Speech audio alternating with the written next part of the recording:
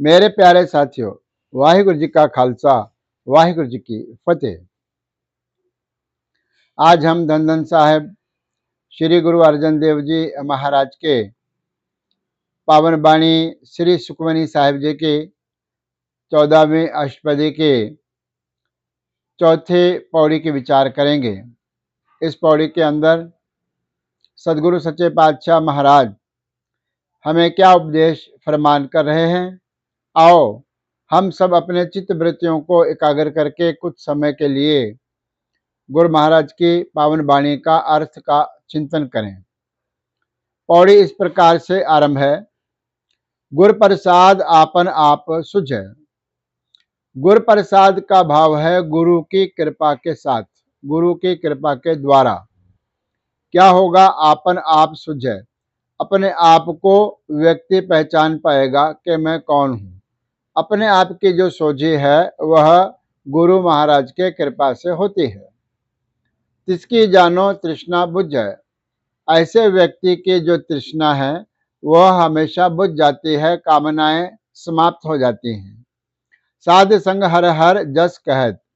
जो आकर के साध संग में हरि हरि परमात्मा का जस, कीर्ति, वडियाई, सिमरन करता है, जो करता है कहता है। सर्व रोग ते ओह हर जन रहत। हर प्रकार के रोग से वह जन का भाव है, वह जो सेवक है रहत, रहत का अर्थ है रहित हो जाता है। वह उन सारे ही बीमारियों से, सारी ही समस्याओं से आजाद हो जाता है। अनदिन कीर्तन केवल बखियान। अनदिन का अर्थ है रात दिन। क्या करना है? कीर्तन, प्रभु की कीर्ति। कीर्तन का भाव है उस परमात्मा की कीर्ति करना, वडियाई करना। चाहे वो कीर्तन में करो, गायन में करो, चाहे अपने शब्दों में करो। केवल बखियान, वह केवल उसका ही व्याख्यान करता है, उसका ही गायन करता है जो एक प्रभु परमात्मा है। गृहस्थ में सोई निर्वाण। जो गृहस्थी होकर के परमात्मा का ऐसा नाम स्मरण करता है वह गृहस्थ के अंदर निर्वाण, निर्वाण करता है, वह मुक्त हो जाता है, निर्वाण को प्राप्त हो जाता है, कैवल्य को प्राप्त हो जाता है। फिर कहते हैं एक ऊपर जिस जन की आशा।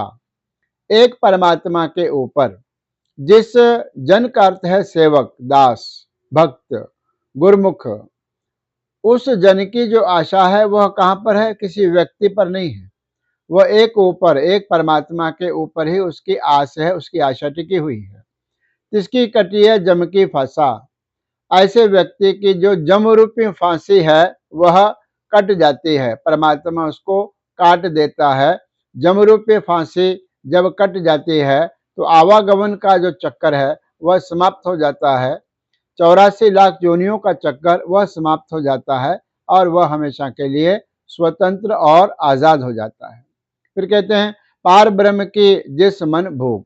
उस प्रभु परमात्मा के नाम की जिसके मन के अंदर भूख लगी हुई है, उसको मिलने की जिसके अंदर तड़प है कि मुझे परमात्मा से मिलना है, मुझे परमात्मा के दर्शन चाहिए, ऐसी जिसके मन के अंदर भूख है, भूख का अर्थ है बिल्कुल इच्छा, तीव्र इच्छा है, मन के अंदर ऐसी तीव्र इच्छा है कि मैं प्रभु परमात्मा के साक्षात दर्शन करूं, मैं उस प्रभु परमात्मा को प्राप्त कर लूं।